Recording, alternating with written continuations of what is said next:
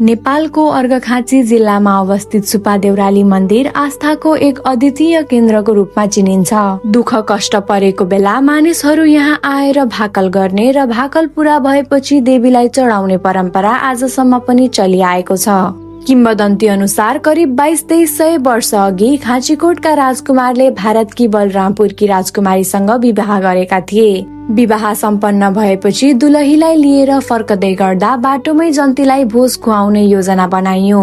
तर भोजका क्रममा ढाडचलको विषय उठेपछि विवाद भयो। विवाद भएपछि दुलहीलाई गन्तव्यसम्म पुर्याउनु पर्ने भएकाले जन्ती अघि बढे। तर बाटोमै एक अचम्म घटना घट्यो। दुलही बोकेको डोलीबाट रगतका थोपा चुहिन थाले। जब डोली भित्र हेरे राजकुमारी मृत अवस्थामा थिइन्। यस घटनाले खाँचीकोट शोकमा डुब्यो।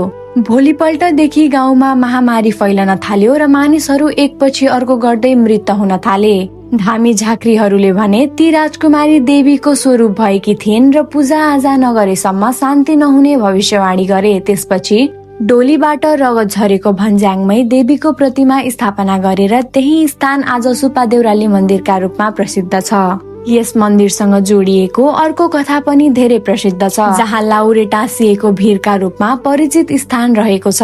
जस अनुसार नजिकै बसोबास गर्ने एक युवाले लाहुरे भर्ती भएमा देवीलाई बोका चढाउने भाकल गरेका थिए र उनी लाहुरे पनि भए। तर फर्किएपछि उनले भाकल पूरा नगरेको र देवीलाई धोका दिएका कारण मन्दिरको बाटो छलेर भीरबाट गाउँ पस्न खोज्दा देवीले उनलाई त्यही भीरमा टाँसिदिएको विश्वास गरिन्छ।